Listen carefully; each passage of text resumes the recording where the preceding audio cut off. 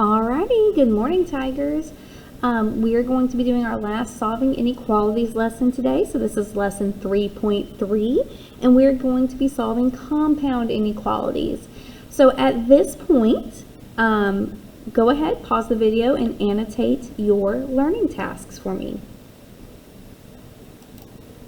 Okay, if you'd like to compare yours to mine, you can. Of course, this is the third inequalities lesson. So you should have seen these a couple times. You've annotated them a few times, so I'm not going to spend too much more time on them. In task 1, you should have done that with the Desmos activity. So coming into this video, you should have already completed your first Desmos activity that goes with this lesson. So I'm going to skip over task 1. You should have already completed this. You should have completed number 4. I'm just going to pop my answers up. I did not fill in possible solutions. I'm going to let y'all handle that. Obviously, anything that falls, if it's an and, anything that satisfies both equations, actually this should be an or, I'm sorry. Anything that satisfies both inequalities, so anything that is greater than -1 and less than or equal to 4, so that could be 1 or 3 or 2 or 2.5 or 3.99999. Anything that would satisfy both of those inequalities would go there. If it's an or, it just has to satisfy one or the other. It's either less than or equal to 3 or greater than 6. So any numbers that fit either one could go in here. And if you notice to the side, I labeled which ones were conjunctions with a C and which ones were disjunctions with a D. So I'm going to skip all this because you should have already answered this. And you should have also already answered 5. So we're going to pick right up with task 2. Okay, so in task 2, we have Spartan Middle School distributes this chart to students each year to show what students must be able to do to pass the fitness test.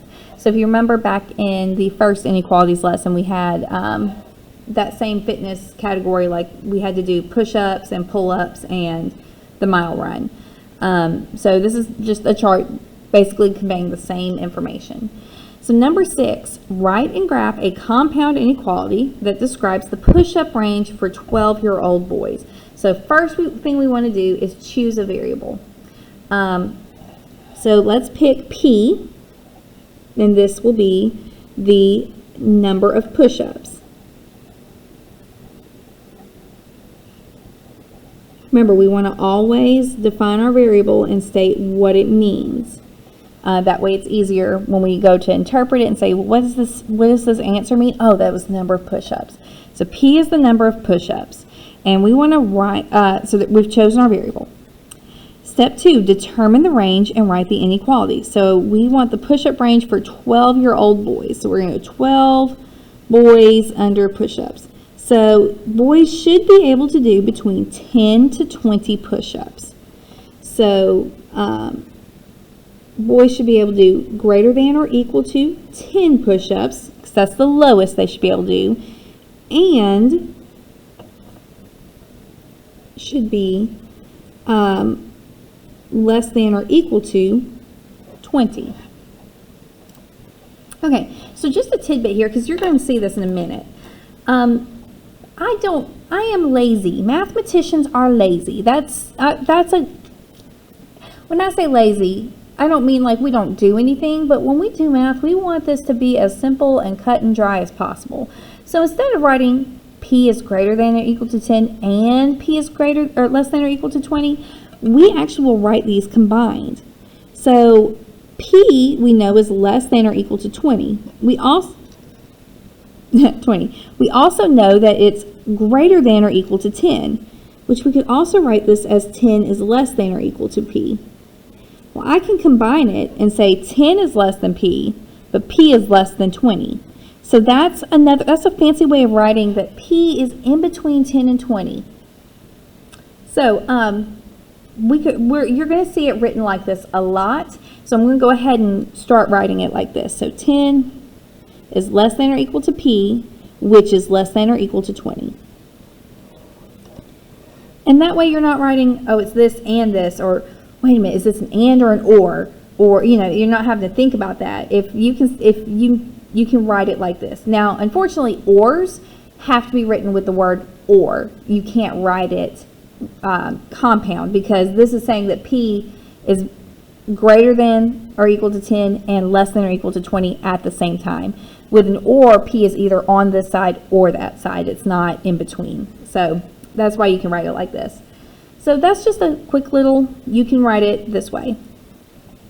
Okay, so step 3, graph the inequality. So we're going to make sure we give ourselves some room.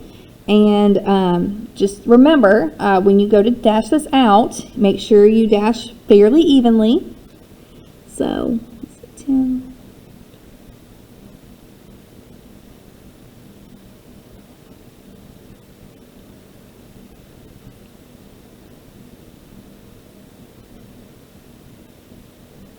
Okay, so that's pretty even.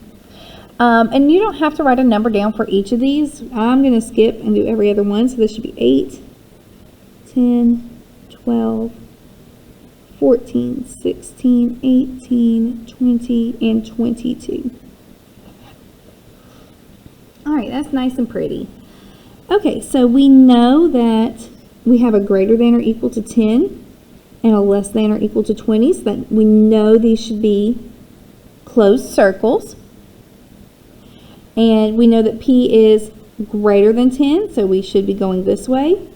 And it's less than 20, so we can go this way. So we have a conjunction here, and they are connected. So this is my graph inequality. Except that I'm realizing that part of this is not right. Because let's think about a push-up real quick. Can you do half of a push-up or a quarter of a push-up? No, you can't really define that. If you go to Coach Moore, oops, that was a little much. If you go to Coach Moore and you do the fitness test, he's going to be like, okay, that was 12 push-ups. And if you go, nuh-uh, that was 12 3/4, he's going to be like, no, that was 12, you didn't finish. So they count as whole numbers. So instead of a line, like I accidentally drew, we are going to do a closed circle on each one of these dashes.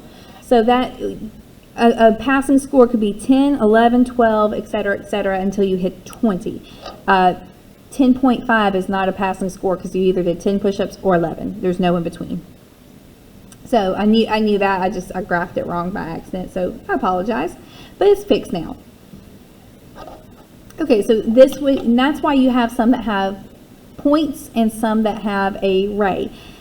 This has points because we cannot count in between 10 and 11. We can only count 10 or 11. Okay, so number 7 is basically exactly like number 6, except you have 4 of these to do. So I'm going to ask that you take a minute and pause the video and complete 7 and 8. I kind of just told you the answer for 8. So yay! So go ahead and try 7 and 8 on your own. Okay, so I'm gonna leave the first 2 for you. You can check your answers on the key later, but try to do these on your own. So I went ahead and did the mile range and the score outside the healthy fitness zones because I figured those 2 were probably going to be the ones most people would want to have explained to them. So mile range for 12-year-old girls. So if I go to girls, 12 mile run, they should be able to run a mile between 9 and 12 minutes. So 9 being the lowest amount of time, 12 being the highest amount of time. So we have 9 is less than or equal to M, which I chose to stand for mile run range. If you chose another variable, that's fine. And that's less than or equal to 12. So it should be graphed like this. I chose this one because it should be in between. This one should be connected. It should not be dotted because it's time. So you can run a mile in 9 minutes and 32 seconds, and that's okay. So that's something that makes sense.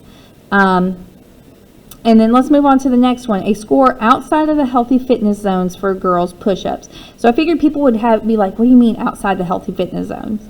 So if I go back to my chart, for girls push-ups, girls should be able to do between 7 and 15 push-ups.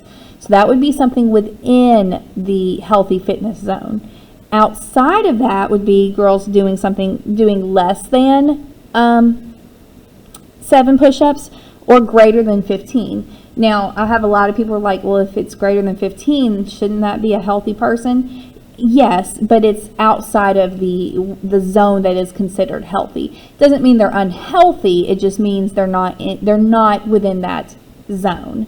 And it could be that they're super healthy and whatnot, and that's fine. So I had to white out because I couldn't get my scale right it took me a minute.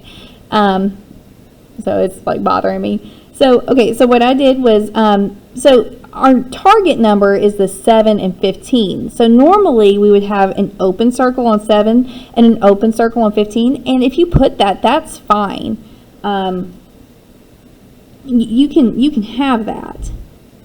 But since it's not connected, there's really, you don't need it. So scores that would be outside the healthy fitness zone would be like 6, 5, 4, blah, blah, blah. And then after 15, so 16, 17. And those open circles tell us not to count 7 or 15, but since they're not connected, we could just leave it blank. Either way is fine. 8, why do some graphs have individual points and some have solid line segments? Depends on what you're measuring. Here we can only measure push-ups in whole numbers, but with time you can measure it in decimals. So you can have numbers in between whole numbers. So we did talk about that prior to as well. So I'm not going to write it. I'm just going to kind of verbally explain it. Okay. So moving on to task 3, solving compound inequalities. So I enjoy this. I'm going to do the 2 examples, and then I'm going to ask that you finish the entire packet on your own. So you would do 9 and then do the reflection. Again, I can't help you with the reflection. That's on you guys. And remember, I know I preach on this every video. Take every opportunity you can to practice. So I will show you how to solve a conjunction and a disjunction.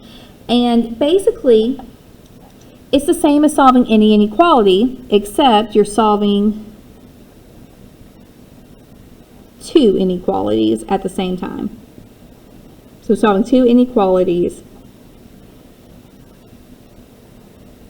for one problem.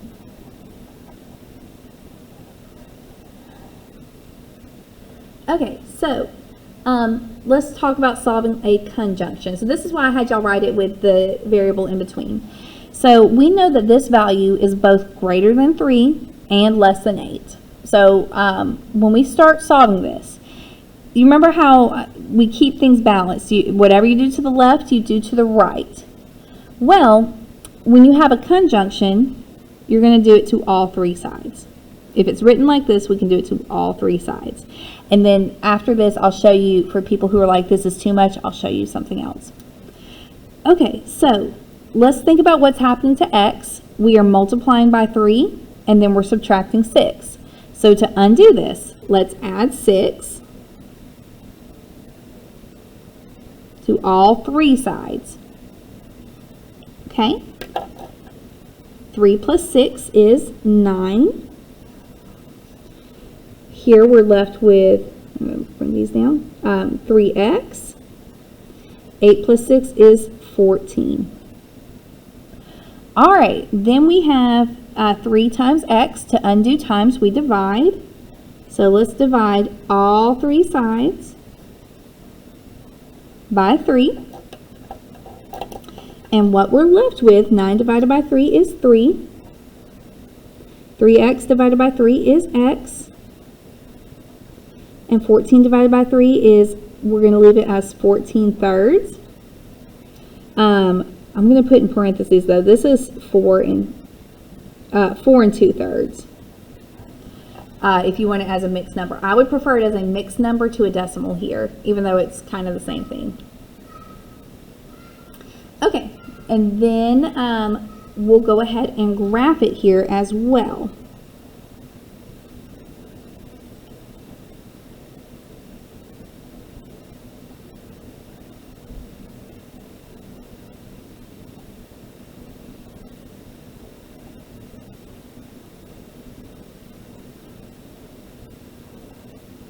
I'll make this kind of long.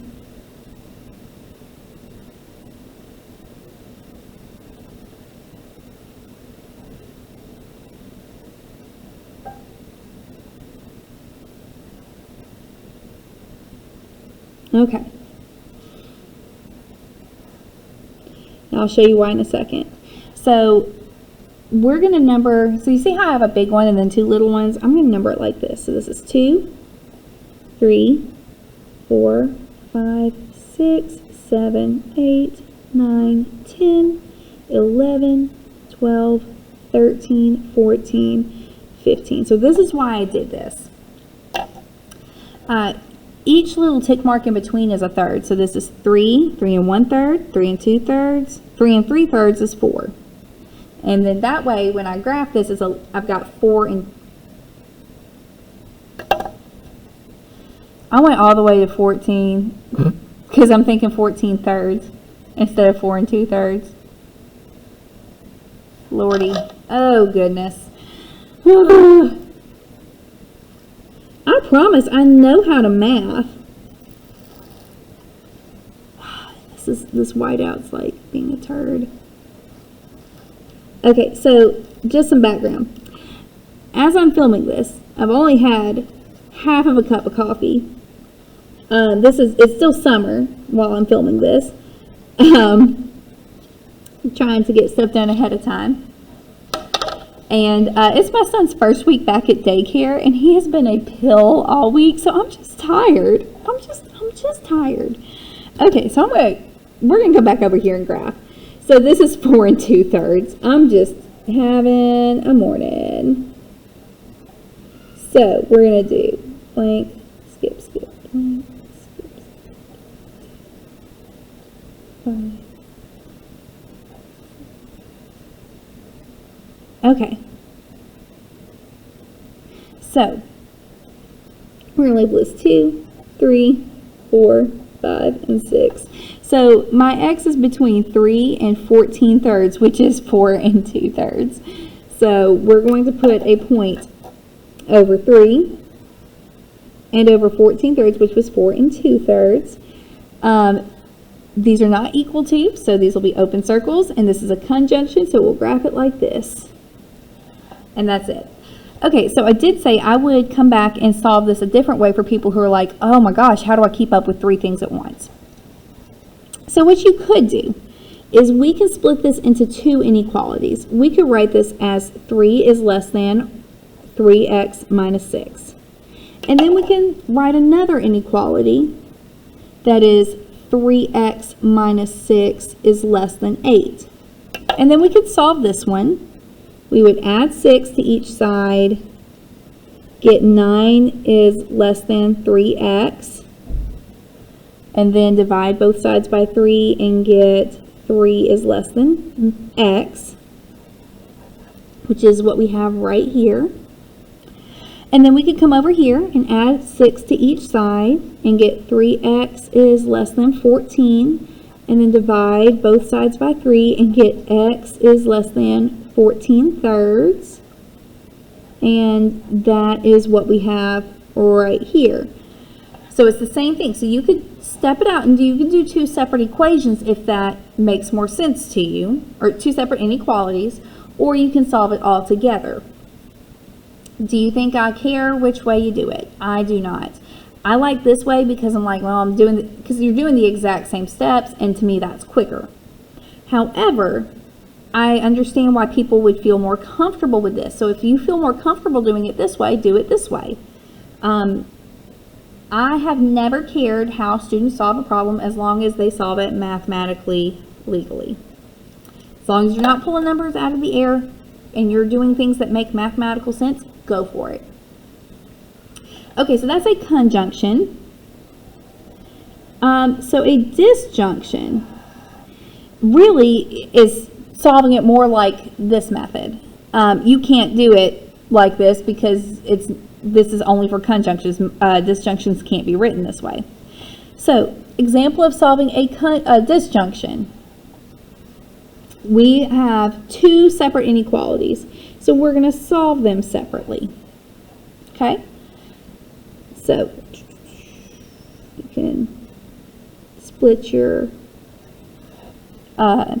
inequality symbol. If you want to do an undo list, go for it. Okay, so to solve for x on this inequality, so if you want, I'm just going to take my notepad and just hide, actually let me take the one sticky off so it's not super thick and getting in the way. Okay, so we're just going to solve this side. So to get x by itself, so right now we're multiplying by 2 and subtracting 3. To undo the subtraction, we'll add. And we have 2x is less than 10. To undo the multiplication, we'll divide. And we get x is less than 5. Okay? All right. So you get x is less than 5. We're going to cover this side up. Okay, so we're multiplying by 4, then subtracting 4. So let's add 4 to each side. We should have 4x is greater than or equal to 24. We're going to divide by 4. And we should have x is greater than or equal to 6. Okay, so we have that x is less than 5. Or x is greater than or equal to 6. So it's an or, so you know it's going to point outwards. It's you're not going to have any shared solutions like we did here. So now we just have to graph it.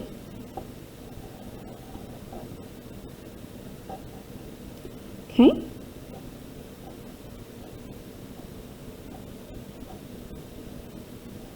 Three, 4, 5, 6, 7, 8. Okay, x is less than 5, so we're going to have an open circle pointing to the less than. X is greater than or equal to 6. We'll have a closed circle pointing to the right. Okay, so hopefully, other than Ms. Gallant not being able to draw or scale a graph today, hopefully this was an informative and helpful video.